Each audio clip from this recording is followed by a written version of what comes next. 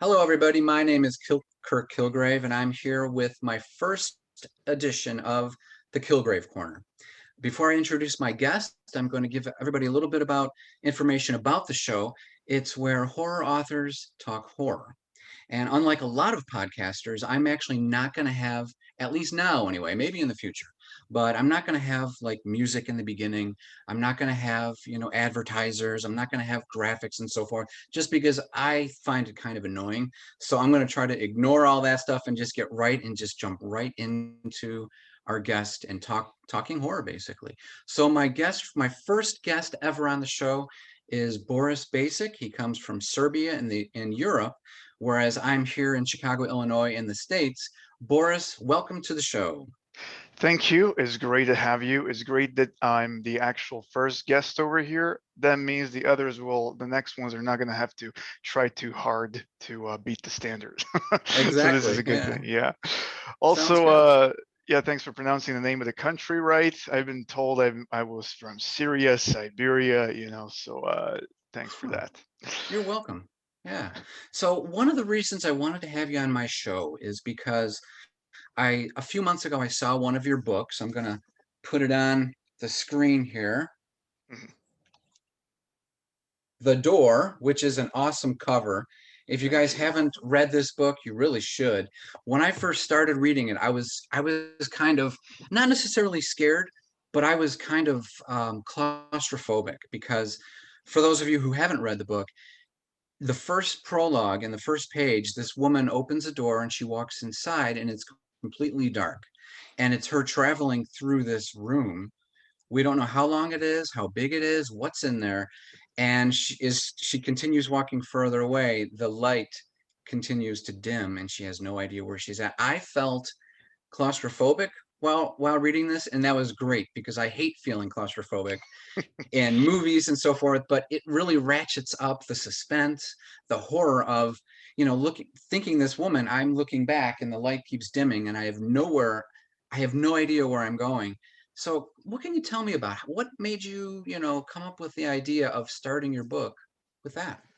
This is a pretty good question. This was actually written as a short story long ago. I actually started my career as a writer, writing basically short stories to some forum called No Sleep. No Sleep is a really good forum. I would advise anybody who likes, quick reads to go there because there are some really nice stories over there. So I started posting stories over there, and honestly speaking, I don't fully remember how the door started. I just, whenever I do anything in my daily life, I just kind of have this idea, what if there is a locked door in this apartment, and what if there's something behind that, something creepy, maybe an infinite hallway or some different dimension or something. So this is how I get my ideas. And first off, the claustrophobia.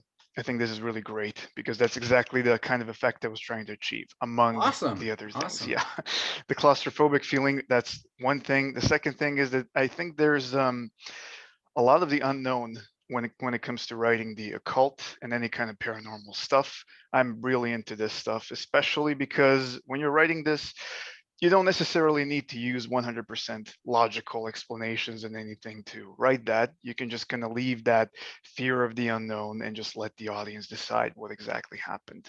Just like it Exactly. happens in the door, if you read it to the end, you're going to see that there's a lot of these things that kind of make you question in the end what happened, why is it like this. I'm not going to give any spoilers here, so yeah. Oh, so you kind of leave it up to the reader's imagination at the end then. In a lot of the books, I do that.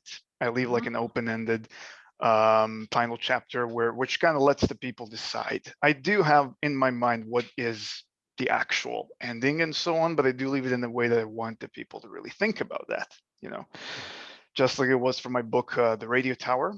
This right. was the first book I've written, and the ending has it in a way that really kind of has you pondering what is a better choice to have. And again, I can't say anything more than Hmm. that because it's going to be spoilers. So yeah. Yeah, but it seems like everybody enjoys it, at least looking at your reviews and so forth on, Goodreads, Amazon, it seems people are kind of drawn to that type of ending.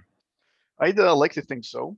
One problem with this kind of book is it's slow burn, So if people like the action right away, which, some of my books are, jumping straight into the action, which, is okay. But I like the slow burn horror, just slowly building the tension until it just reaches this crescendo and just panic and everything else, But a lot of people don't like that. You can see that from some of the negative reviews over there, which, Mm. they just say, oh, I couldn't read the book, more than halfway through. And that's totally fine. It's just not their type of book. So, yeah. That's so interesting, Boris, because we are totally on polar ends of the spectrum. You like that slow burn, whereas I'm the total opposite. I like to jump in with something happening. And the prologue for the door is exactly what I would have tried, because that's, Mhm. immediately grabs you. But I like to start with something that hits you over the head, and then you just keep going. And like you said, it just slowly, mine is sort of the same thing. It's slowly, but there's like, big plot heavy type things that continue in Yeah, each chapter. right. And that's interesting, because a lot of horror readers, I would imagine most of them, 75%, like your style of writing more so than mine. And I think that's why you're getting so much attention, and Kirk Kilgrave books aren't nearly as popular as yours. But Well, thank you. that's something that I just can't do. I can't write those slow. I mean, when you write, how does it look? Do you have like a movie playing in your head? That's how mine works for me. The way I try to do this is when I'm plotting a book, I look at it backward, So what's going to be the ending of it? And then from there, it's easier for me not to corner myself, because there Mhm. have been multiple cases when I write the short stories, I've been writing them in like chapters. And when I posted those short stories, I would never know what's going to happen in the next chapter. I would just post chapter one, wait for the responses of the audience, and then think about, okay, what do I do next? And this led me to corner myself a lot, or the main characters and all that. So I Hmm. like to kind of throw them in that situation and see how they're going to get out of that. Surprise myself as as and all as whatever improbable as it seems. But when it comes to the actual plotting of any kind of book, slow burn horror, I like to have this end goal in sight, what's going to happen in the end. And this motivates me to slowly unravel the story, bits and pieces until they figure out, every nook and cranny. So I do like to take it slow like that, but still every now and again throw a little, I want to say breadcrumbs to the reader so they get just enough intrigued to continue reading. So is it that you sort of do what we in the author community call, are you a pantser? Like you just write by the seat of your pants, or do you, other than the ending, do you have like little chapters written out as an outline? I do try to write the outline, but it never follows the outline. So I Oh, wow. Okay. I end up changing the outline or adding some certain things because on the outline, it never looks the same as it does when I start writing it, because I already predetermine what's going to be a personality for a character or multiple characters. Mhm. This is, for example, something I've had for one of my upcoming books because the book is from the perspective of multiple characters. So each of them naturally need to have, a different personality. So when I reach that point in the outline where, let's say, there's a conflict, it just doesn't look natural that this person says Mm. this or this person does this, and I need to find a good reasoning. Why would they do this? Why would they wander off, when they're a logical thinking person and so on? That means I Mhm. need to change the entire thing, the entire plot. Somebody else gets killed or gets saved instead of this person and so on. So there's an outline, but it's rarely followed. Huh. Interesting. I find that kind of fascinating, because Mhm. I mean, I write out a very brief outline, and then there's maybe a few chapters that I might just X out and say, nope, boring, nothing happening, get rid of it. And I might add some things in there, but that's so interesting for you to actually create an outline and maybe stick to a little bit, but just, interesting. Right. I stick to Everyone's the process is different. Right, right. I stick to the main thing. So the premise of the story is always the same. It never changes. But the actual flow of how we get to that premise and how we get to that climactic ending, that always changes for me. Now, some people kind of have it. They're very systematic. And I've seen in that group, 20 books to 50K, they have very, very strictly written outlines of what's going to happen. What's this guy going to say here? What's this guy going to do? And then they know exactly what they're going to do. I could never really do that. So, yeah. Yeah. Yeah, and for those of you who don't know what Boris just mentioned, the 20 books to 50K is one of the writer communities online that both of us are a part of, and which is how I met Boris in the first place. So without that, who knows? He probably wouldn't be on the show right now. But yeah, we're often online looking at different types of places and so forth. We can go and get ideas about marketing and plotting, and like Boris just said, outlining. There's one author out there, Ken Follett, who writes in the thriller genre, who I think his outlines are like 150 pages, and it's just he spends like months working on that. But I could never do that. It just sounds so boring. It's almost like Yeah, he's already come up with the idea, and why bother write it? But exactly. and I know I read that you also write about 4,000 words a day. Is that right? That's what I try to do. Now that I'm full time, I'm going to try to go for 5,000. It Wow. started Okay. off, it was kind of a process. When I started writing books, I didn't have a plan. I didn't have a goal. Like I said, Hmm. Radio Tower was the first book I've written and published. And this took me a few months to write. The idea was here. Again, this was also another short story that was written before. So the idea was here. I already knew what to do. I just needed to write. But I just Hmm. wrote like maybe 1,000 words, maybe 500, depends. Then I started thinking, I need to make a goal because that way I function better. When I have, like, let's say if I write 2,000 words a day, if the book is going to be around 60,000 words, that means in 30 days, if my math is not off, which it usually is, that means in 30 days I'm going to have a first draft finished. Hmm. So I kind of try to follow that outline: 4,000 words, 5,000 words every day. Of course, unless there's something like an emergency or something happens, then I Oh, can't yeah. really write that much, but I do try to follow that rule of 4 to 5,000 words every day. um, it is hard sometimes, I'll tell you that, because sometimes you're just stumped. You don't know what to do. There's a writer's block and so on. You don't know what you're going to Hmm. say. It's going to take longer, but I do try to follow that 4,000, 5,000 word mark. So yeah. Yeah. Yeah. I actually, when I have my days off, 4,000 is actually my number two. I used to have like 2,000. I just kept moving it up. I don't think I can go higher than 4,000 though. That's like takes me to the limit. It takes me sometimes 6, 8 hours to do or something like Oh that. yeah. Yeah. I've been, this is why I've been kind of thinking whether I should move it further up than that. Yeah. It's hard. From 3,000 to 4,000, it was already pretty hard to transition. It's like I'm Yes. barely squeezing it in, with the Mhm. time. From 4 to 5,000, it's going to be difficult. Then again, I've heard from some authors, especially on that group, 20 Mhm. books and whatever. Some of them write like 8 to 10,000 words a day. You've Mhm. probably seen that, right? Yes, I have. It's just insane. I don't know how. It's a lot, again, to the readers out there and to some of the authors who may not be certain, who might not know this, but there's something out there in the writer community called writing sprints. It's something I can't do. Is that something you do? Writing sprints? No, Yeah. I'm bad at any Okay. kind of sprints, whether it's writing or otherwise. So yeah, yeah, I don't sprint either, but for writing sprints, it's just when you sit down on the computer and just write as fast as you can. Don't worry about misspellings. Don't worry about how something looks. You'll go back in the future and fix it. Me personally, I write slowly. So like I said, it might take 6 to 8 hours.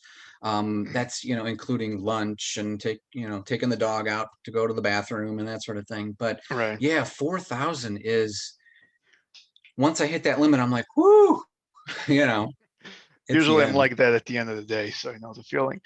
Yeah. I think when it comes to the sprints, so let's say 8,000 words a day, I think, and this could be, me being wrong here, but I think a lot of the quality gets lost if you're actually just sprinting like that, not going Hmm. through. I mean, depends on how many edits they do. If they do the Yeah. proper editing, that's probably fine. But if they're doing the sprinting like this, I doubt they're doing enough editing as well. So, Yeah. um, I think it's great writing 8 to 10,000 words a day, but I think even the biggest shots, like Stephen King, I think he said he writes like 3 pages a day or something like that. So Yeah. He yeah, said he writes 4 hours a day every day of the week. So 28 right, hours. And this dude puts out these monster novels. I don't know how he does it. I'm exactly. not sure if it's perfect, and then he's like, I don't care, edit it, somebody else edit it. I'm not gonna do it. And it goes on to the Right, next. I have no clue. right. But that's just crazy. That's awesome. He is a It gift, that is. man. It is pretty amazing, I gotta say. Yeah. Well, I mean that. So, oh, go right ahead. You go. You go first. Well, I was just going to say that The Door is actually the second book in this series that you have? It's actually the first book, Oh, but oh, this series is done in a way that you don't need to read them, chronologically. So right, there are 3 books. The third one is on pre-order right now, right. coming out at the end of July. So the second book, Apartment 401, this one is also in the Haunted Places series. But again, since these books are not connected, it's not like a prequel, sequel, and so on, it is perfectly possible to just read them in any order and not miss any substantial information or any information at all, let me put it that way. I think I just passed up a spot in the door because, again, I Mm, contacted you, I don't know, about a week ago, right around the time I started reading the book. So I haven't had a okay. chance to finish it. But I think there's a spot in there that says that the main character in that book, his apartment is 301. And I know the next book then it's called Apartment 401. Is it in the 401. same building? No, Should I not be asking that? Okay. no, this is fine. This is fine. Uh, The apartment, if I remember, for the door is 30 something. I Okay. know I specifically looked for a number that is not 1 at the end, Oh, okay. because I thought like, oh, okay, this guy is 301, this is 401, just what's with all these number 1 apartments being haunted.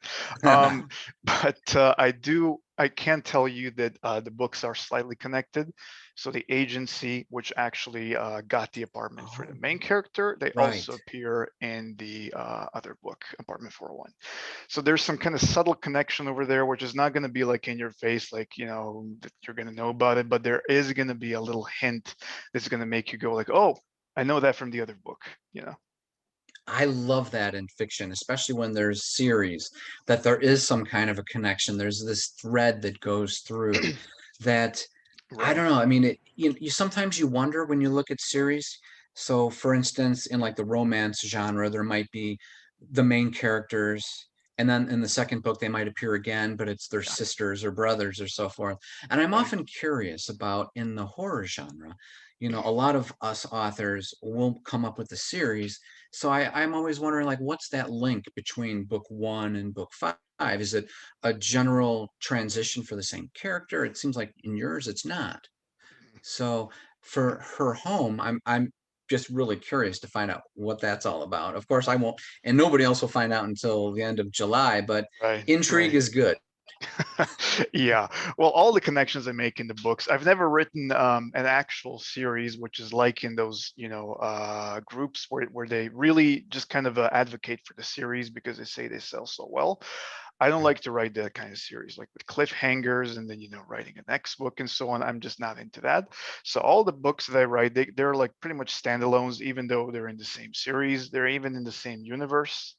And essentially what's happening is I just try to write something that just has subtle connections, just something to make the audience wonder what's going on, not Yeah. like, again, have any important connection, which is relevant to the story.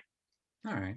Now I'm gonna come back around to that a little bit, but one of the things I wanted to ask you about was your history of horror. How did it come about? I mean, was there a general transition when you were a kid, or did it just happen over the last 5 years? Show us a little bit about how that Right. took place. Yeah, I think there was an accident and I probably have some suppressed trauma.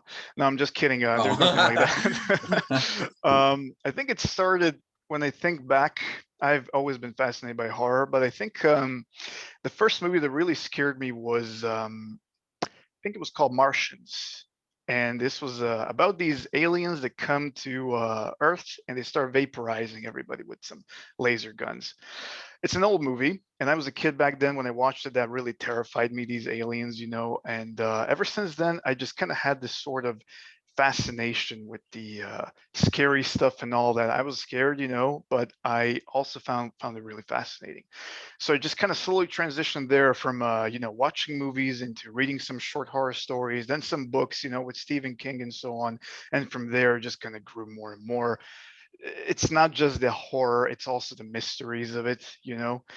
So I've always just kind of had this sort of passion towards these things. It's like recently, for example, I was supposed to buy an apartment with my fiance. We learned that there have been some deaths over there, accidental. oh, And okay. her reaction was, oh my God, we're not going to get that apartment. But I was like, we got to move there. This is great material for a writer. Oh man. Yeah. So that's kind of like what my history is from like an early age, but I can't really pinpoint when exactly it started. So yeah. Mine was, I know exactly when it started. It was Oh, yeah. 1977 in a movie theater in Chicago, The Okay. Invasion of the Body Snatchers. Ah. I was 4 years old, and when I saw these pods opening up, I just jumped out of the chair and was leaning up. I was in the upper deck, and I was, like leaning, huddling up against the balcony wall, so I wouldn't have to look at that. So yeah, and Okay. I don't know. Ever since then, like you, um, Mhm. and maybe not like you, my fascination has really been the way my body feels. Like, oh my God, there's like so much pressure in my chest. I can't Hmm. breathe, but I kind of like the sensation.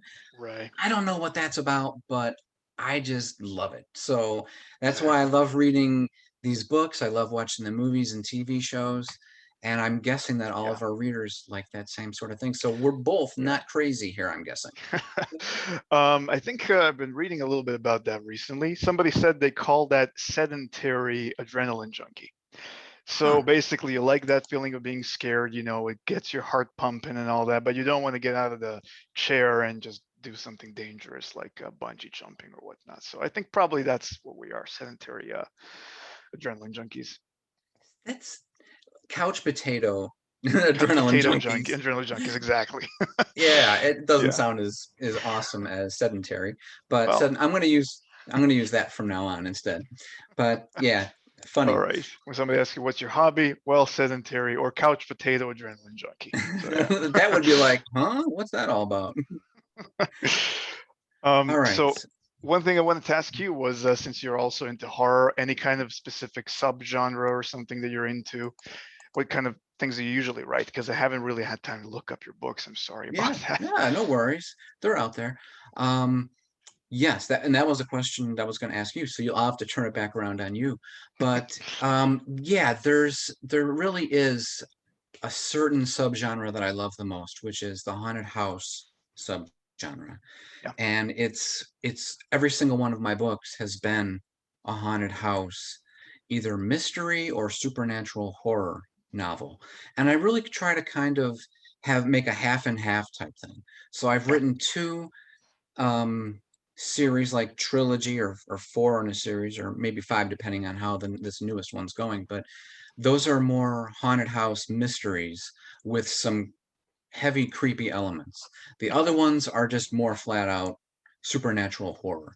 Right. And the issues might be, maybe not the issues, but the monsters might be the same. We're talking about ghosts and demons and different types of monsters and stuff like that are Yeah. coming through. But I just love them because that's, our safe place is our home. you Right. know there's different safe places within our home, which also makes a big difference. Mhm. But what I was most fascinated about when I was looking up your books is that your books are so different. I mean, you mentioned Radio Tower, which is totally different from The Door, Right. or that other one that I just bought another one of yours week or two ago. I forget which one it was. Hmm. I'd have to look it up. Let's see. I can probably look it up really Yeah. quickly. All right. Let's see. Camp Firwood. Camphor wood. Right. Yeah, Right. every time I see that, I keep thinking it's firewood, but Everybody says firewood. Yes. yeah, Yeah. I- it's just one of those tricks of the mind. But Yeah. but yeah, turning it back on you now, you Mhm. jump outside of these different things, whereas I'm really kind of Right. focused. Where do these? I can't. I don't want to say where do your ideas come from, because Mhm. every horror author or any author is like, I have no clue where my ideas. They just come, you Right. know. But I mean, how does it go about doing these totally vastly different types of subgenre movements? It seems like it would be a lot more fun that way. Right. There is like this incongruous difference between, the genre of the stuff I write. Um, the main reason for this is due to my mood. So it depends on Hmm. what kind of mood I'm in. So for example, let's say for a while I'm going to be into haunted houses. I'm going to write, 5 or 6 books about haunted places. Then I'm just suddenly going to be fed up and I can't Hmm. even look at anything related to haunted places. And I'm going to be like, you know what? Now I'm actually more into conspiracy theories or something like Hmm. that. So I'm going Okay. to write something about that. And then I'm just going to keep jumping from one thing to another. The newest book I have is also like a slasher, typical slasher, people getting picked off one Cool. by one, you know. So there's Oh, I all love that sorts of stuff. right. So there's all sorts of different kind of subgenres and genres, right? But I do stick to just horror, you know. So Right. all of it has elements of horror. You know, some of them are less scary, some of them more, some of them are more realistic, which in my opinion is a little boring, you know. But I think when it comes to any kind of books, the supernatural is the one I kind of lean to, Yeah. paranormal and so on, Hmm. occult. But I do from time to time jump outside of that, you know, spectrum and just try to write something different, you know, Hmm. something surprising. Yeah. Yeah. Yeah. I was talking with a friend of mine at work just the other day, and he's a big horror fan. We never Mhm. really get a chance to talk, and I asked him, what some of the movies were that he really enjoyed, and he listed off a number of like literary type movies, like Mhm. Midsommar and Babadook, and some Yeah, of these other ones that he's like, oh, I don't like The Conjuring, jump scares. Me personally, I love the Conjuring universe. I think it's exactly. fantastic. I think it was And really I good. love just those really heavy paranormal activities, but where Mhm. he's like, not scary, not scary, not scary. But he saw Midsommar 6 times in the movie theater. Okay. Yeah. Yeah. So Yeah. everybody's different. And you're right, I couldn't write something like that. Mhm. It's just too slow and boring for me. But Right. I get it. everybody has their like or dislike in horror, and that's what's really kind of awesome. Even though we Yeah. may disagree, we still Mhm. love the genre. So Right. Right. yeah, that's I think great. it's you're right about that. That we all prefer each kind of different type. You know, some of them just like the violent ones, you know, chopping off arms and legs and heads and you know, whatever. Um Midsommar, this was a really good movie. I liked it, you Yeah, know. it was good. I like that one, but I also really like The Conjuring. Midsummer, I mean, it's a different kind of like, you know, I want to say it that way because it's kind of this tension that you're really just constantly feeling the suspense. You don't know what's going to happen, but you know that Hmm. something's wrong over there with these people. It's Yeah. also like something that you know it can realistically happen, you know, out there in the real world. And I Yes. think that's what makes it a little scarier for some people, you Hmm. know.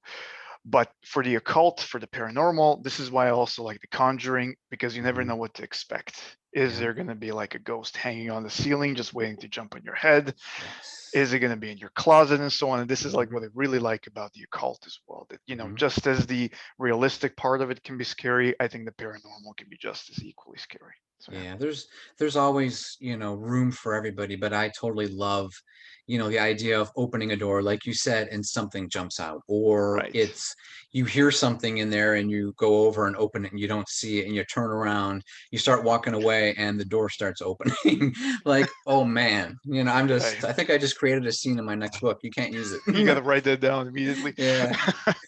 um, this is why, for example, I've been reading some books from Jeremy Bates. I'm not sure if you read any of his Yeah, I've books. got a number of his books. Yeah. Yeah.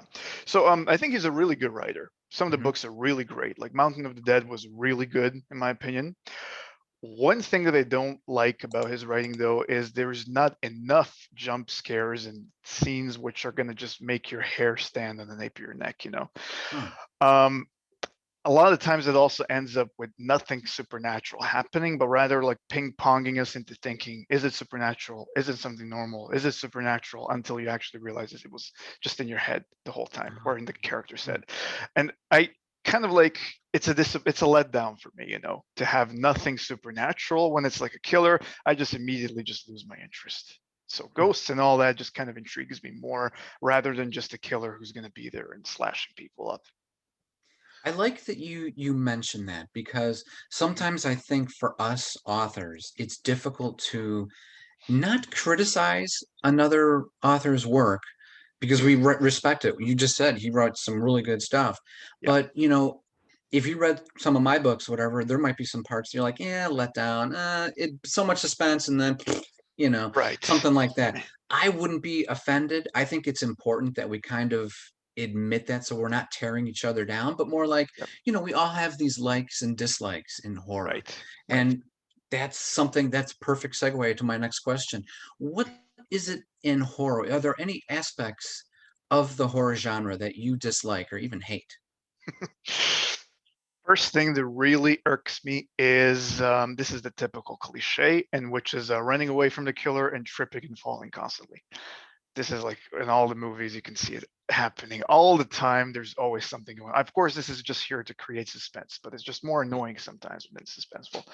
The one thing that actually, sticks with me, and I also have it in my books as well, is when the characters are staying in a haunted place despite the obvious, evidence that it's haunted. And there's, Mm. of course, they can leave at any time, but for some reason, one reason or another, they just don't leave and just kind of unravels into this. Well, you get it. Yeah, So yeah. yeah.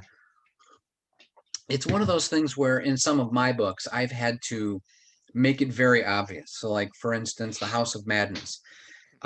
This woman, the main character, Eloise, she is called upon to go to this mansion.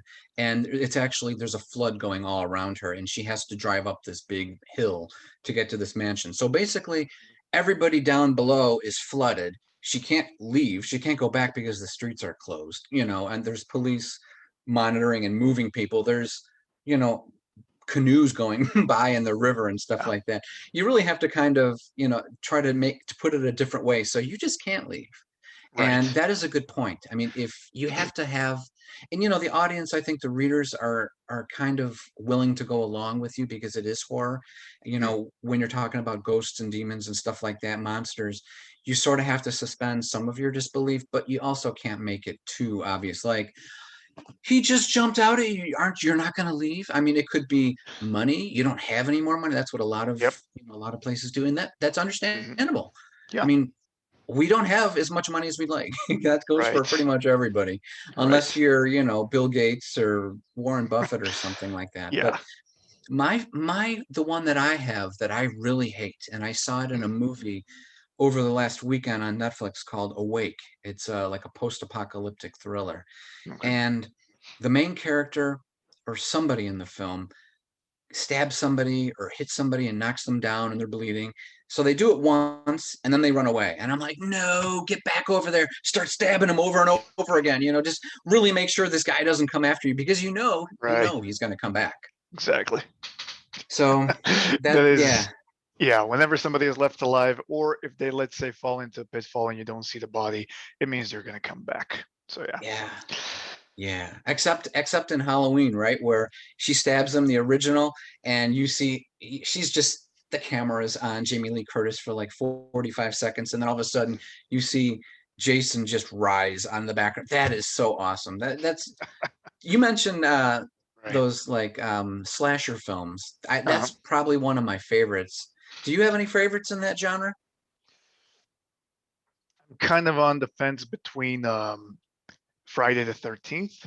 Mhm. That's where Jason's from, by the way. Right. Just a minor Yeah. correction. I'm thinking Michael Myers. You're Michael right. I'm Myers, thinking yeah, Michael he Myers and is Halloween. from Halloween. I think Yeah. Halloween is really good because I haven't really watched too many slashers, except there are a few exceptions. Like for example, Piranha. Some old Piranha movies, for instance, were really good in my opinion. When they started adding those remakes, that was just a little silly in Yeah. my opinion. A Nightmare from Elm Street was on Mhm. Elm Street story. That's a really good one. I Yeah. really like that, especially because I've seen it as a kid. So I guess there's this kind of nostalgia surrounding Yeah. it. But I do like that feeling of like falling asleep and you're being chased by this dude. It's really Great creepy. concept, premise. A really great concept. I had a friend who I was asking, did you ever watch that movie? He's like, oh, I started watching it and I fell asleep halfway through. I told him Wow. this is the one movie where you don't want to Ye fall asleep when you're Right, watching exactly. it. Yeah. Anyway, how about you? Have any favorite Um, slashers? well, again, Halloween would be number one probably, just because the music is also awesome and Oh it's yeah, so slow. And Michael Myers just walks so slowly. He's not rushing right. to try to kill because he doesn't have to. He's awesome. He knows Yeah. he's going to get you. So that one, I really like the new Halloween, which Hmm. is like a sequel to the original, even though there's been so many others. Yeah, I've seen it. The Scream movies I love because there's a lot of humor in it, and I have a lot of humor in my books too, despite it being horrific, a lot of, horror type stuff. Right. But slasher, there was one called The Final Girls. I'm not sure if you've seen that one. I would recommend it if you haven't. I've heard of it. I don't think I've seen it though. Yeah. Yeah, I'll check it out. So there's not too many slasher films that I'm into. Just like that's for me better than werewolves. I'm not really a big werewolf fan. Yeah, Um, same here. yeah. Yeah, I mean, But for a while I used to be a vampire fan, but that kind of yeah, dissipated after a with while. So Twilight, yeah, it's yeah, sort of I kind wasn't of, into that kind of stuff, but yeah, Twilight is definitely something I would avoid in a very wide arc. yeah, But vampires, I used to be into them for a while, into those kind of movies, like Underworld, I think it was called. yeah, That was vampires and werewolves. And I think that was pretty yeah, good. Yeah, yeah, it but was good. yeah, but I'm no longer. I guess maybe when I was younger and just kind of lost the interest after a while. So yeah. Yeah, so it seems like now it's more, I liked different type. Well, sort of like slasher would be The Hunt. I'm not sure if you've Mm, seen that one. mm. It was sort of a newer one, and then Ready or Not. That was another really good one Oh, I've been too. meaning to watch that one. Yeah. Yeah, so definitely check those out. All But right. yeah, for otherwise, for the most part, or The Purge, which I think is one of the best horror Purge was concepts. really good. Yeah, that Man, was that's really, just a really good. great concept because I mean, because of the world as it is right now over the past couple of years, I could almost see that type of thing actually happening in a Right. society Mm, somewhere. But yeah, other than yeah. that, it's more like the again, the Conjuring, the demons, the paranormal activities, Mm, all those guys, just really a lot of fun. right. But getting back into writing and so forth, Mhm. how do you determine what your next project is going to be? Simply, I walk through the woods at night while listening to creepy music, and that's when my ideas come. I'm not even joking. Really? Um, I started walking, about a year ago because I had a really bad back injury, Hmm. and I had to walk 30 minutes a day to just kind of mitigate that. So after I started walking, I started getting these ideas. This was actually proven, by the way, that walking is really good for brainstorming and all that. So I do that every night. There's a park nearby. It's like surrounded by, tall trees and whatnot, mulberries and whatever. And I just walk there and I just try to brainstorm. If I have some really good ideas, I turn on my voice recorder for the cell phone and I just try to just kind of speak out loud what's going to be the next project. Just a basic outline. Once the outline comes for me, everything else goes easily. And So how that's long the main does thing. that outline take you to write? How many hours, Really, days, yeah, it weeks? really depends on the idea in the book. For example, Radio Tower, this one's been brewing in my head for over a year before I actually wrote it. And the Hmm. way it got into my head was because used to live in this apartment on the fourth floor, and there was a radio tower just outside. And Hmm. every night at 9 p.m., it would start glowing with red and just blinking. And I was thinking, what if they're sending some kind of malicious Signal? signal, some signal to Oh, brainwash us or to control us or do something like that?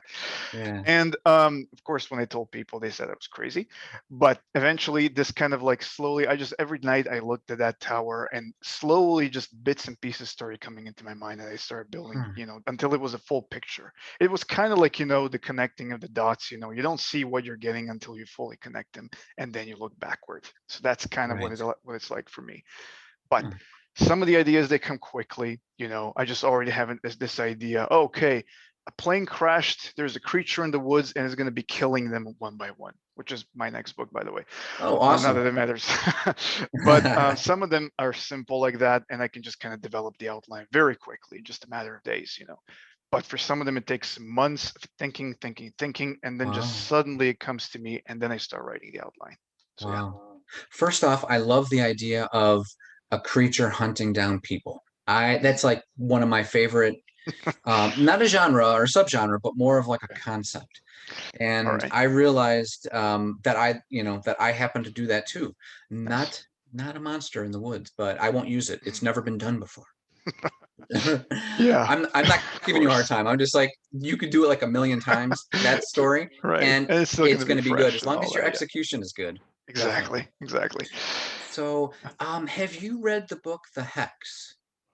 I have seen it on my list and I've been thinking of getting it. I've been reading some voodoo books and that one was on my list, but I never read it. So yeah. Okay, the reason I mention it is because you mentioned that signal, that tower. This doesn't exactly have that same concept, but it is a little similar, but totally kind of at the same time, totally different. Okay. And the first chapter, I think, was the best part of the entire book. There was a scene in there that just, I still think about it today, and it's just Okay. effing terrifying. So in case for the readers out there, if you haven't read it, well, maybe not get better after at least for me, the first chapter, but the first chapter was so awesome. All And like right. I said, it kind of reminded me a little bit about Radio Tower, which I have to read because it does sound really awesome. So I have to, All right. but you're making me read all these books. I have so many authors I have to Oh read yeah, I'll about, have but to check out Hex. I'll have to check out Hex then. Radio Tower, I'm sure you're gonna like it. It actually recently reached the bestseller rank on Amazon in multiple categories, so I'm pretty sure awesome. you're going to like it. So yeah. Yeah. Yeah, I saw that. And I was like, damn, this guy doesn't let up. Every single book he writes now. And you wrote 6 books last year. So far, we're halfway done with the year. You've already written 4. So I wonder how many more you're going to put out this year. As many as I could, as many as I can. I'm gonna try to do it. I just need more hours in the day for Yeah, writing, yeah. that's the Doesn't problem, everybody? Yeah. So I have all these ideas. There's at least, 10 or 15 books which I have, as just an idea on paper. So there's at least that many more coming out. But of course, I want to really think about them before I publish them. There's 2 books Yeah. which are upcoming, which are finished now. I'm working on the next Hmm, one. nice. But, I'm just taking it one step at a time, because one thing I realized is when I have too many ideas and when I try to Mhm. focus on all of them, I just don't get anywhere. So just try to isolate one idea and just focus on one of them and just do it that way. I think there's a saying like if you chase 2 rabbits, both of them are going to get away. Huh. So I figure I just focus on one of them. I just invest all my, thinking power, which is pretty low, on, developing this idea for the book. And then from there, I just go one by one. Wow. So you actually answered a question that I had that I didn't even ask, which was how many ideas do you have at any given time? You said 15. Wow. Number one, that's a lot. I think I have Mhm. 2 after 2? this book. And Okay. usually it's only one, and All right. sometimes it's none. And it's like I like come up with an idea and then just take it through the outline, and that's what I'm working on. And like you, I Mhm. don't think about anything else except for that one because again, you can just too much going on, yeah, Yeah. makes it difficult. I think you're actually focusing good on quality over here because, Hmm, like I said, speed running through all of this is not a good idea. There yeah, have been some books which I wish I'd taken a longer time to review and just let them, sit and boil for a while because that way I would have been able to change it, get this idea, and it was like, oh man, I could have put this ending here or this scene here, and I didn't. This is a mistake, and this is why I'm really happy that I waited for Camp Furwood to actually, change it. Because Camp Furwood was really boring. The first draft was really huh, boring. It was completely different. The ending was completely different. It was supposed to be a happy ending and all that. I a little bit huh. spoiled it here, but whatever. Uh, And essentially, the bottom line for Camp Furwood is I waited for months for that one, just thinking, and then I just got an idea. You know what? I should do this. I should change this completely. I did hmm, that, and it turned out to be a really good idea because that book is still one of the best-selling books I have. So yeah, yeah, awesome, kudos. thanks. So getting now that we're kind of getting to the end of our episode here, one of the questions I am going to pose to everybody who visits on the podcast is, again, this show is a lot more for the readers than anything else, so they can get a chance to understand who we are, what we write, and why we write it. Is there anything that you'd like? Let's put it this way. Um, is there anything that you wish that you'd be asked in an interview that like nobody's ever asked you before? What would you want readers to know, basically, about you? Good question. First thing is I'd like them to know how difficult it is writing a book in English when English is your second language. So Oh, it's not yeah, an easy feat to I'd accomplish. imagine not. Yeah. So that's one thing, for the background from the country and all that, I'm not really interested that much in that one. And being asked unless somebody is interested, then fine, I'll be answering it. But mostly this one for the language, because I have received some comments from people like, oh, language barrier and this was written in an infantile way and so on, and I think these people just don't understand that it does take a lot of effort to write a book in your non-native language. So yeah. Yeah, definitely. I can't imagine. I mean, I know a little bit of Spanish, but I Mhm. think I wrote an essay in college like a page and a half, and that took me a long time to write that essay. I Right. can't imagine writing an entire book in what would be your second language. So Right. awesome for you for sticking with it and, doing what you love and that sort of thing. No, Is there thank you. anything else that you'd like to put out there to the world before we wrap up this episode? I could say in an Eastern European accent, buy my books or I come visit your house and beat you. But no, nothing to add. This is it. Thanks again for having me. This was really interesting, insightful. I'm going to definitely read your books and Hex because you got me intrigued with Dimension one. I want to read the one with Yeah. Dimensions. Oh, okay, great. All right. Well, thank you so much, Boris, for stopping by. It was great to get a chance to meet you, to talk with you, and I'm sure all of your readers are going to love seeing you actually on video. I know you've done a few other podcasts, but what's one more, right? Why not? Exactly. All Exactly. right. Thanks Thank you, again. everybody, Yeah. and we'll see you next time on the Kilgrave Corner. Have a great one.